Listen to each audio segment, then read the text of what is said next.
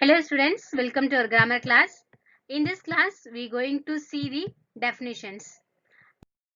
For lesson 9, adjectives, comparison. We know that adjectives mean describing word, right? It describes a noun.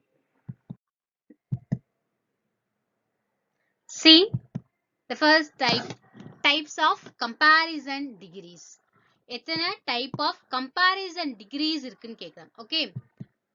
There are 3 types of comparison degrees: positive degree, comparative degree, and the last one superlative degree. Okay.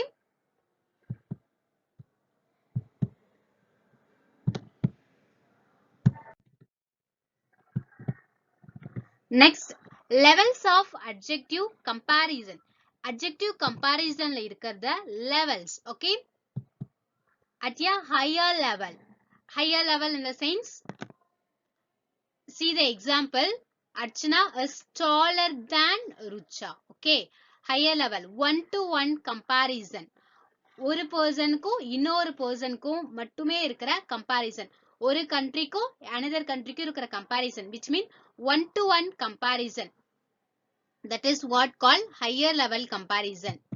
And the second type, lower level comparison. Okay, எப்படி higher level பார்த்தோமோ likewise lower level.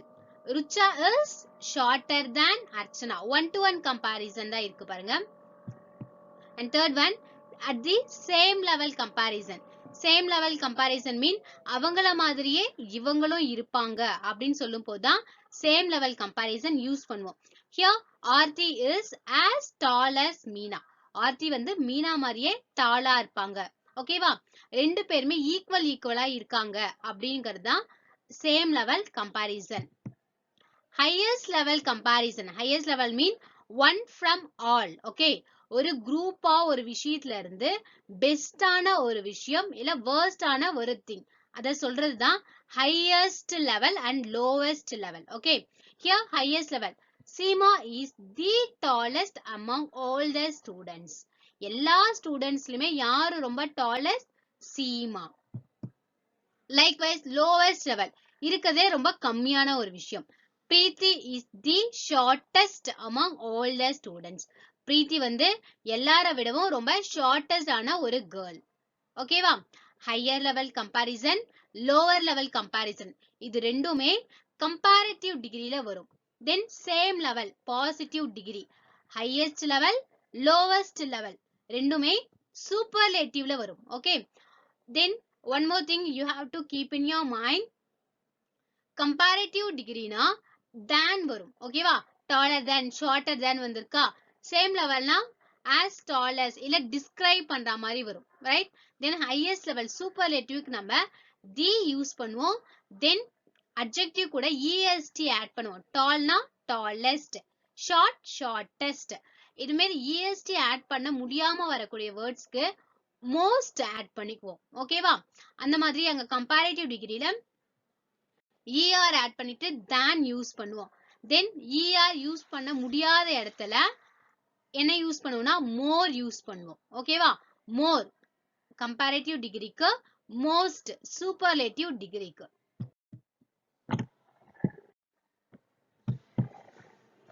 See the next question. What is meant by positive degree? Yes, I already told you. Positive degree mean same level comparison இருக்கும். இல்லனா ஒரு personal ஒரு thing-யோ describe பண்ணுவோம். அவ்வளவுதான். ஓகேவா? The positive degree is used either to describe a single thing. ஒரே ஒரு விஷயத்தை describe பண்றதுக்கோ or person or in comparisons that are at the same level. Okay, describe பண்றதுக்கு இல்ல same levelல இருக்கிறத compare பண்றதுக்கு. ஓகேவா? இவங்கள மாதிரி அவங்களும் அழகா இருப்பாங்க, இவங்கள மாதிரி அவங்களும் அழகா எழுதுவாங்க. இந்த மாதிரி விஷயத்தை compare பண்ணும்போது positive degree யூஸ் பண்ணுவோம். And see the example. Anuj is very witty. Okay, என்ன பண்ணிருக்காங்க? Just Anuj is very witty. அத மட்டும் தான் சொல்லிருக்காங்க. ஓகேவா? இங்க positive degree யூஸ் பண்ணிருக்கோம். So describe பண்றாங்க. அவ்வளவுதான். ஓகேவா? And next example பாருங்க. Bhushan is as witty as Anuj. Bhushan வந்து அனுஜ் மாதிரியே விட்டின்னு சொல்றாங்க. ஓகேவா?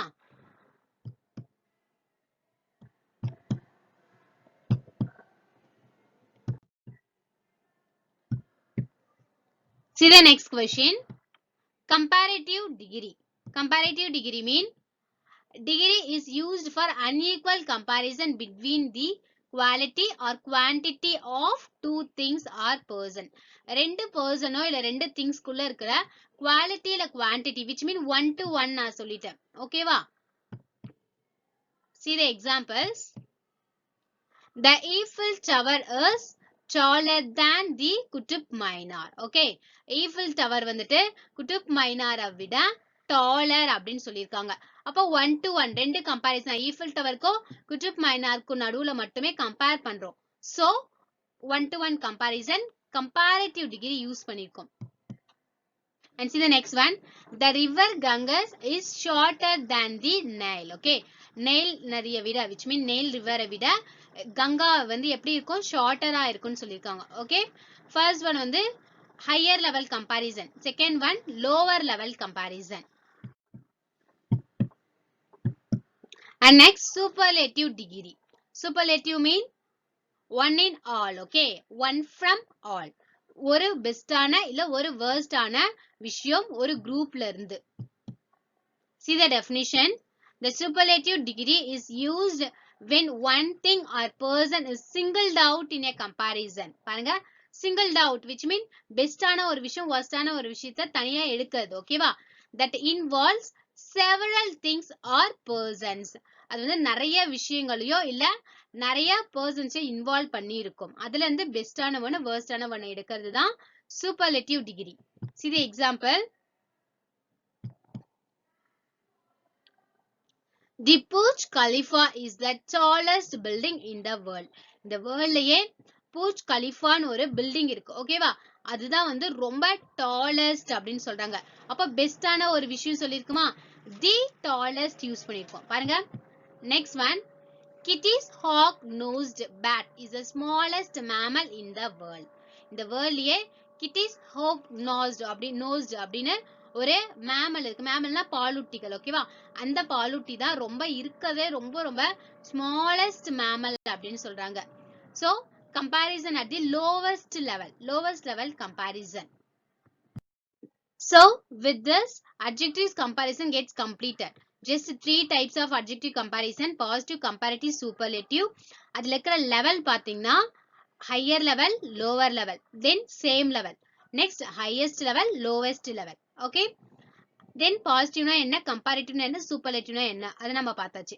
And next lesson 10 verbs introduction. Okay. Verb ரொம்ப ரொம்ப ஈஸியான ஒரு topic and very very important topic.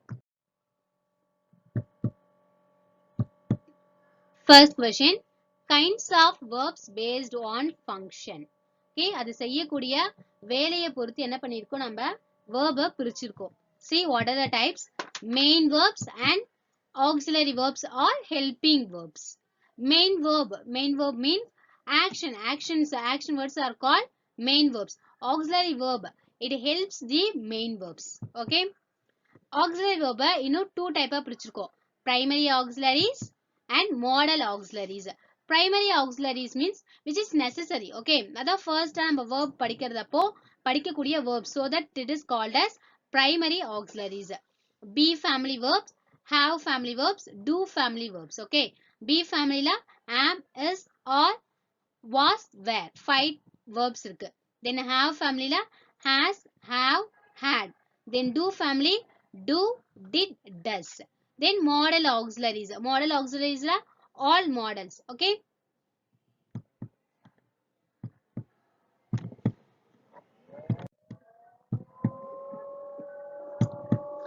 Next, functions of primary auxiliaries. Primary auxiliaries are functions. See here, primary auxiliaries are used for the following: to show the tense of the main verb. Main verb oda tense சொல்றது. ஓகேவா? அது present ஆ past ஆ இல்ல future ஆன்னு சொல்றதுக்கு.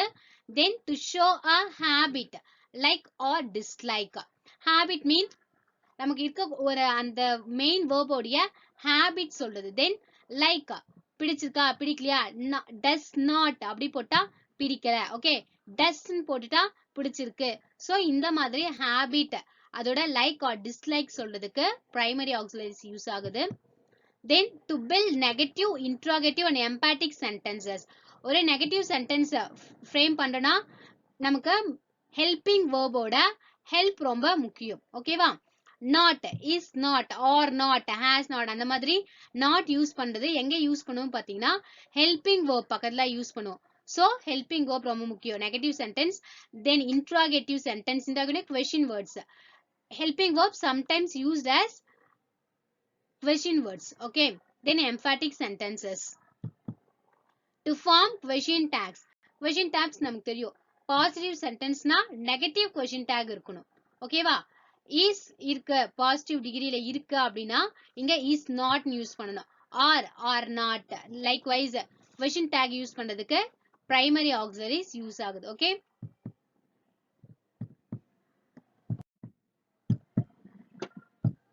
and next kinds of verbs based on structure. Okay, kinds of verbs based on structure. இதுக்கு முன்னாடி based on function பார்த்தோம். அது செய்யக்கூடிய வேலையை பொறுத்து நம்ம 2 types பிரிச்சிருந்தோம். இப்போ based on structure அதோட structure பொறுத்து பிரிக்கிறோம். Regular verbs and irregular verbs. Regular verbs is nothing but, see the definition. These are verbs whose simple past and past participle forms consistently have the same ending d or ed. அந்த verbக்கு பின்னாடி d இல்ல ed add பண்ணா அதோட past tense நமக்கு தெரிஞ்சிரும். ஓகேவா? அதான் என்னன்னு சொல்லுவாங்க, irregular verbs ன்னு சொல்லுவாங்க. சாரிடா, regular verbs ன்னு சொல்லுவாங்க. ஓகே,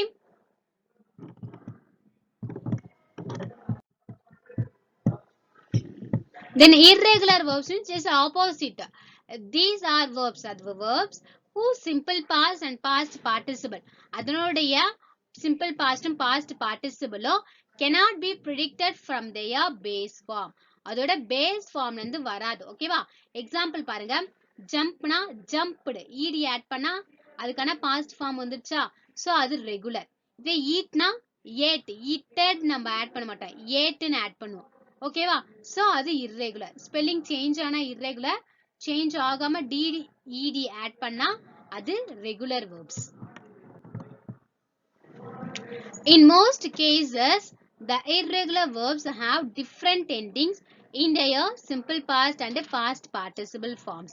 அதேதான் திரும்ப எக்ஸ்பிளைன் பண்ணிருக்காங்க. நிறைய கேசஸ்ல irregular verbsக்கு different endings இருக்கும், which mean pastக்கு ஒரு ending இருக்கும், past participleக்கு ஒரு ending இருக்கும். the same example எடுத்துக்கலாம். right இருக்குன்னா wrote, okay, wroteன்றது past tense, அதே past participle written. இதுவே eat எடுத்துக்கிட்டா ate past tense, eaten அப்படின்றது past participle. அப்போ வேற வேற ending இருக்கா? kinds of verbs based on meaning. okay, meaning depend பண்ணி 2 டைப்பா பிரிச்சிருக்கோம். ஸ்ட்ரக்சர் டிபெண்ட் பண்ணி பிரிச்சோம், ஃபங்க்ஷன்ஸ் டிபெண்ட் பண்ணி பிரிச்சோம். இப்போ மீனிங் டிபெண்ட் பண்ணி dynamic verbs, static verbs. Okay, see what is mean by dynamic verbs. Dynamic verbs mean these verbs describe an action performed by the subject. Subject செய்யக்கூடிய வேலையை சொல்றது dynamic verbs, which mean action word வந்தா அது dynamic words னு வெச்சுக்கலாம். ஓகேவா? see here, he gave a very interesting lecture. அவங்க வந்து ரொம்ப இன்ட்ரெஸ்டிங்கான ஒரு லெக்சர் கொடுத்தாங்க. ஓகேவா? அண்ட் இன்னொரு விஷயம், டைனமிக் வேர்ப்ல அதுக்கான ஸ்டார்டிங் இருக்கும், எண்டிங் இருக்கும். ஓகேவா? பிகினிங் அண்ட் எண்டிங்க சொல்லக்கூடியது டைனமிக் வேர்ப்ஸ். கேவ்னா கொடுத்தாங்க. ஓகேவா? ஒரு டைம்ல கொடுப்பாங்க, ஒரு டைம்ல கொடுத்து முடிச்சிருப்பாங்க. அப்ப அதுக்கான ஸ்டார்டிங்கும் இருக்கும், அதுக்கான எண்டிங்கும் இருக்கும். அதான் டைனமிக் வேர்ப்ஸ். static verbsனா பாருங்க, these verbs describe a state. okay, ஒரு நிலையை describe பண்ணும், condition which normally does not have a beginning and an ending. அதுக்கான beginningum இருக்காது, அதுக்கான endingum இருக்காது. ஓகேவா? அது ஏதோ ஒரு டைம்ல ஸ்டார்ட் ஆகும், ஏதோ ஒரு டைம்ல எண்ட் ஆகும். unlike an action which begins at a time and ends at a time. action வந்துட்டு ஒரு டைம்ல ஸ்டார்ட் ஆகும், ஒரு டைம்ல எண்ட் ஆகும். கரெக்டா? ஆனா stative verbs வந்துட்டு அதுக்கான ஸ்டார்டிங்கும் கிடையாது, எண்டிங்கும் கிடையாதுன்னு சொல்லியிருக்காங்க. See example, I know that you like pizza. எனக்கு தெரியும் உனக்கு பீஸா பிடிக்கணும். ஓகேவா? தெரியும்ன்றதுக்கு எப்போ தெரியும் இல்ல எப்போ தெரியாது. தெரியும்ன்ற வேர்ட் வந்து கம்ப்ளீட் ஆகுமா, அதுக்கான ஆக்ஷனா? நோ. சோ இது வந்து ஸ்டாட்டிவ் வேர்ப்ஸ். ஓகேவா? ஆக்ஷன் வேர்ட் வந்ததுன்னா அது டைனமிக் வேர்ட்ஸ். அதே மெயின் வேர்ப்ல ஆக்ஷன் வேர்ட் இல்லாம ரிமைனிங் வேர்ப்ஸ் வந்தா அது ஸ்டாட்டிவ் verbs. The next tense and aspect. See here, the various verb form give us two-fold information. நிறைய verb வந்துட்டு ரெண்டு information கொடுக்குன்னு சொல்லியிருக்காங்க. எதை பத்தினா action performed by the subject. Subject செய்யக்கூடிய actionஐ ரெண்டு information கொடுக்குன்னு சொல்லியிருக்காங்க. அதுதான் tense and aspect. ஓகேவா? Tense, time of the action. Tense எதை பத்தி சொல்லும்? அந்த actionோட time பத்தி சொல்லும். Then state of the action, அத சொல்றதுதான் aspect. ஓகேவா? This is tense and aspect. Next, the time of the action. Time of the action அது present, past, future, அத சொல்றதுதான் time of the action. Consider from the moment of speaking, the action could be in the past, present or future. Action வந்துட்டு pastல இருக்கா, presentல இருக்கா, futureல இருக்கா அப்படி நம்ம ஒரு விஷயம் சொல்றது அப்போ while speaking we describe whether the action could be in the past, present or future. That is what time of the action. The next, state of the action. The action could be complete. Okay, complete ஆகியிருந்தா அது perfect சொல்லுமா? perfectா முடிஞ்சிருக்கா at the time of speaking. நம்ம ஒரு விஷயத்தை சொல்லும் போது அந்த action complete ஆகியிருக்கா, or it could still be going on, இல்ல இன்னும் போயிட்டே இருக்கா அப்படின்னு சொல்றதுதான் state of the action. Okay. ஓகேமா? with this verbs gets over. verbல functions depend பண்ணி two types verb பிரிச்சோம். then structure depend பண்ணி two types பார்த்தோம். then meaning depend பண்ணி two types பார்த்தோம். then tense and aspect பார்த்தோம். time of the action, state of the action இதெல்லாமே பார்த்தாச்சு. ஓகேவா? and thank you so much da. next class we'll discuss about the next topic, right? Thank you.